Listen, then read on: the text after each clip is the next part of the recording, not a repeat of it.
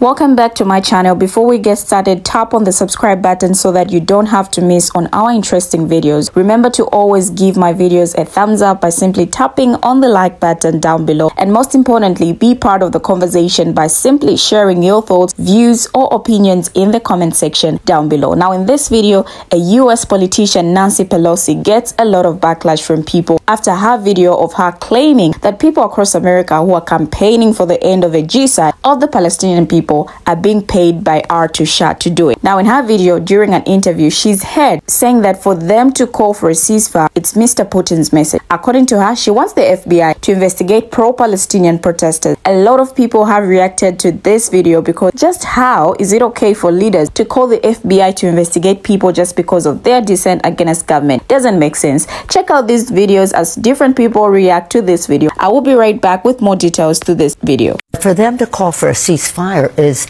Mr. Putin's message. Mr. Putin's message. Make no mistake, this is directly connected to what he would like to see. Same thing, Ukraine. It's about Putin's message. I think some of these protesters are spontaneous and organic and sincere. Some, I think, are connected and looked at this for a long time now, as you know. You think some of these protests plants? I think they're plants. I think some financing should be investigated. And I want to ask the FBI to investigate. And this is exactly why I've been saying that it gets harder and harder by the day to tell the difference between red MAGA and blue MAGA because they sound more and more alike by the day. It's almost as if the two political parties cannot hide that they only serve one agenda. And how long do you think it's going to be until I have Vote Blue No Matter Who in this comment thread either pulling out their only campaign slogan for 2024, but Trump would be worse, or trying to tell me, but no, she actually had a valid point. And that would make you know better than the people who were telling me to go back home in 2020 in response to Trump. So if you're Vote Blue No Matter Who, that is great. Vote blue. I couldn't care less, because despite what many of you are claiming, I have no interest in telling anybody how they should or should not vote. However, this is your party, so own it. Either own it by admitting that you think blatant racism is acceptable, or own it by pressuring the party to do better. But you have got to stop telling me that I should vote for Biden because the Democratic Party has the best interest of people of the global majority at heart, as though I cannot see with my own eyes and hear with my own ears what is actually going on. Because with friends like these, who needs enemies? This is the state of the American politics right now. They cannot fathom the fact there is a whole generation that rejects seeing people and a whole getting committed out of a moral stance. So right off of the bat, they go and link it to foreign influence. Although any poll right now shows that the majority of Americans want to see a ceasefire. And anyone who follows politics know that Putin would like the destabilization of the Middle East to continue, because it distracts the world from what he's doing. So why want a ceasefire? It works against their interests. The Democrats have lost the plot completely. So now if you want to chant for a ceasefire, you run the risk of being called homo sympathizer or anti-Semitic, or now this the 21st century version of McCarthyism. Like, what is going on? That part right there is where the interview goes from absurd and sort of to being kind of dangerous. Because what you just saw was Nancy Pelosi essentially openly calling for the FBI to investigate pro-Palestine advocates and their financing sources.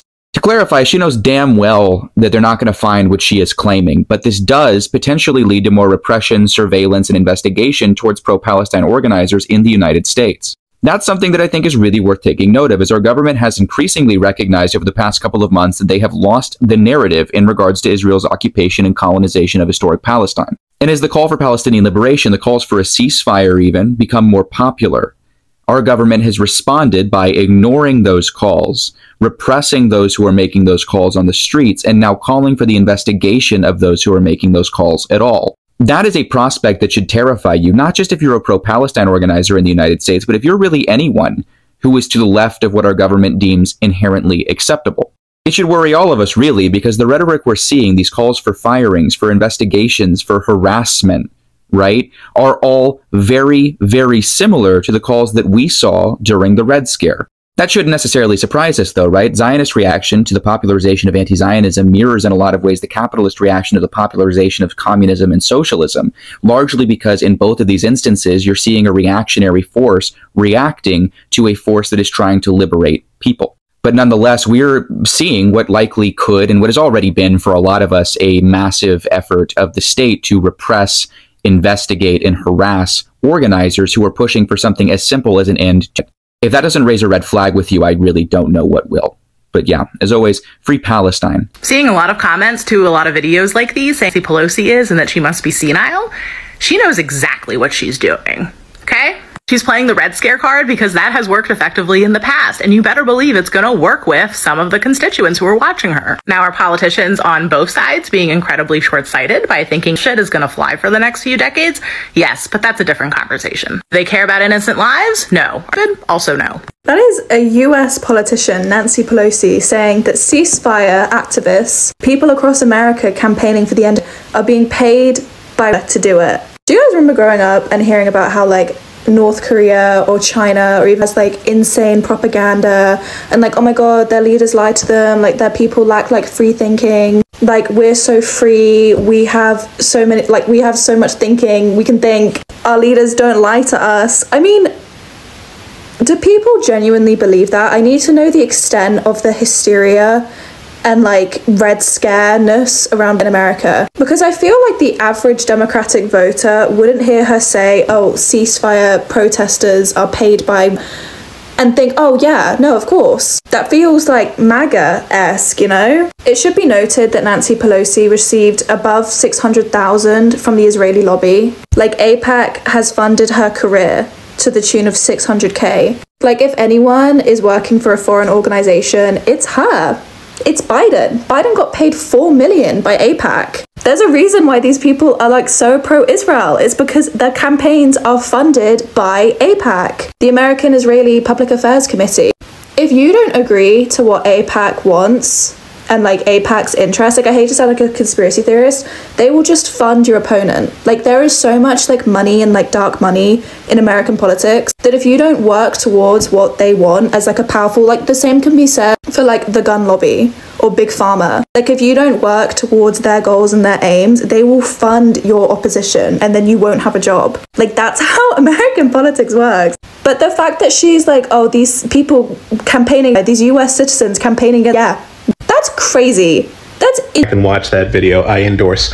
I want to talk about anti-Semitism and why I think that what Nancy Pelosi is doing here is closer to anti-Semitism than any criticism of Israel. And stick around. I will explain. So, anti-Semitism, for people who understand it, is more than just a simple hatred of Jewish people. It's not just a bias against Jews. It's deeper than that. There's an underlying philosophy, there's a history of tropes, and basically what it encompasses is it's an ideology which seeks to explain certain things in the world as being sourced in a group which is often misunderstood and maligned, the Jews, a historically marginalized group.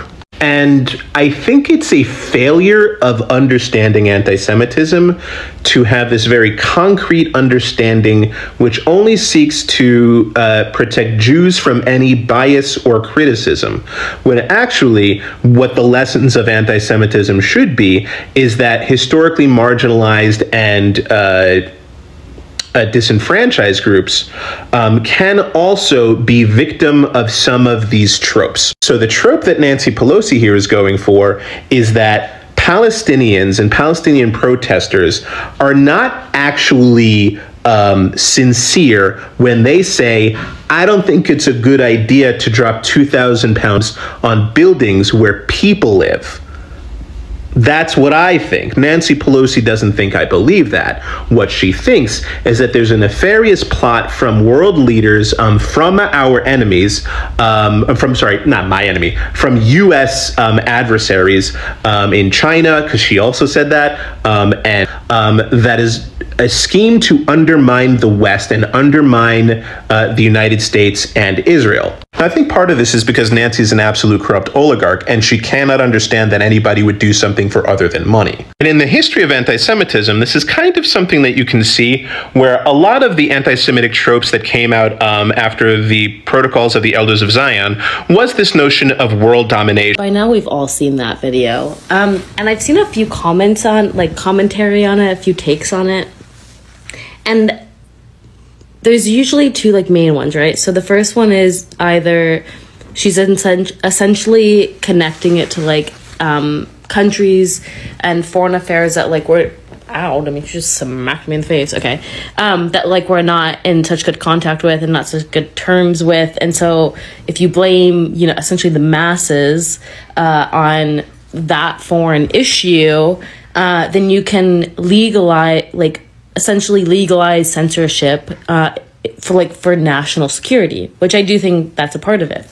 And the second one I see is that like these billionaires and these like political figures are so used to being bought out, they like genuinely don't like believe that someone could organically, like a mass of people could organically look at it and think, Now, who had on their 2024 bingo that a top Democrat would say peace is R2 propaganda? So what is happening now is that people are just using buzzwords to completely make arguments. In 2024, that's what political discourse is. That's what US politics and any kind of political discussion, especially in the more mainstream outlet, especially when we're talking about thousands of women, children, and men getting unalived and starved every day, is R2 propaganda, right? And no, I do not support the war in Ukraine. I support peace for everyone, but once again, Russophobia is backed by US interests, is incredibly pro-Western powers, pro-capitalism, pro-anything that deals with the current establishment, especially in the West, US, Europe, and etc. Now, in this interview, she made claims that the protesters are R2 plans or seeds, saying that their financing needs to be investigated, and she wants the FBI to investigate it. Following that interview, pro-Palestine protesters were in front of the house telling her that Democrats want a ceasefire, and she told the protesters to go back to China where their headquarters is. So who's going to tell her that those same protesters that were out there protesting, asking for a ceasefire, were the same protesters that voted for her? Now, these are the same Democrats that voted for her to get into the position she's in today, but now she's saying that those protesters need to be investigated by the FBI, and those protesters are working with China. So you guys understand the magnitude of how bad this was. The ACLU even commented on it, saying it's never okay for leaders or the FBI to attack, investigate, or civil people because of their dissent against government, period. Guys, this strategy about attacking your own voter base, it's not helping. In other words, the former House Speaker suggested without offering evidence that some protesters calling for a ceasefire in Gaza had financial ties to R2 and Vladimir Putin. Representative Nancy Pelosi, Democrat of California and the former House Speaker, on Sunday called for the FBI to investigate protesters demanding a ceasefire in the Israel-Hamas conflict, suggesting without evidence that some activists may have ties to R2 and President Vladimir Putin. Now, for them to call for a ceasefire is Mr. Putin's message, Ms. Pelosi said during an interview on CNN's State of the Union. Make no mistake, this is directly connected to what he would like to see. Same thing with Ukraine. It's about Putin's message. I think some of these protesters are spontaneous and organic and sincere. Some, I think, are connected to R2. Now, when pressed on whether she believed some of the demonstrators were R2 plans, Ms. Pelosi says seeds or plans, I think some financing should be investigated, and I want to ask the FBI to investigate that. Ms. Pelosi was first elected Speaker in 2007 and again in 2019 led House Democrats for 20 years before stepping aside for Representative Hakeem Jeffries on New York, the minority leader. Still, she remains influential among congressional Democrats. Now, her remarks appear to be the first time a prominent U.S. politician has publicly suggested R2 may be backing ceasefire protests to help foment division among Democrats. The Council on American Islamic Relations condemned Ms. Pelosi's comments as an unsubstantiated smear and downright authoritarian. Now, her comments once again show the negative impact of decades of dehumanization of the Palestinian people by those supporting Israeli apartheid. Nihad Awad, the group's national executive director, said in a statement, instead of baselessly smearing those Americans as R2 collaborators, former House Speaker Pelosi and other political leaders should respect the will of the American people by calling for an end to Netanyahu's government's genocidal war on the people of of Gaza. Progressive activists and voters who support a ceasefire in Gaza have warned President Biden that his approach to the conflict would threaten his re-election and cost Democrats support at the ballot box in November. Now, a variety of groups, including Jewish, human rights, and anti-war organizations, have led protests around the country demanding an end to Israel's military campaign, which began after Hamas' deadly attack on October 7. Pro-Palestinian demonstrators, citing the soaring unaliving toll and deep humanitarian crisis in Gaza, have disrupted Democratic campaign events in recent weeks, including Mr. Biden's public appearances and a speech Ms. Pelosi gave in situ last week. In a statement, a spokesperson for Ms. Pelosi pointed to a social media post by Ian Bremer, a political scientist and professor at Columbia University, who wrote that Putin benefits from continued war in Gaza and expanded chaos in the Middle East. Now, the spokesperson said Ms. Pelosi would continue to focus on stopping the suffering in Gaza and demanding that all hostages be released. Speaker Pelosi has always supported and defended the right of all Americans to make their views known through peaceful protest, the statement said. Speaker Pelosi is acutely aware of how foreign adversaries meddle in American politics to sow division and impact our elections, and she wants to see further investigation ahead of the 2024 election. Now, Artur Shah has expressed support for a ceasefire in Gaza, and Mr. Putin has used the conflict to criticize the United States' role in the Middle East. Artur Shah has also meddled in the United States' past two presidential elections. Democrats have been deeply divided over policy toward Israel since Hamas unalived about 1,200 people and abducted another 240 during its October 7 attack. Israel's military response has unalived more than 26,000 people, according to Gaza's health ministry. Now, a New York Times Siena College poll found that voters broadly disapproved of Mr. Biden's handling of the conflict, which nearly as many Americans saying they want Israel's military campaign to stop as those who say it should continue.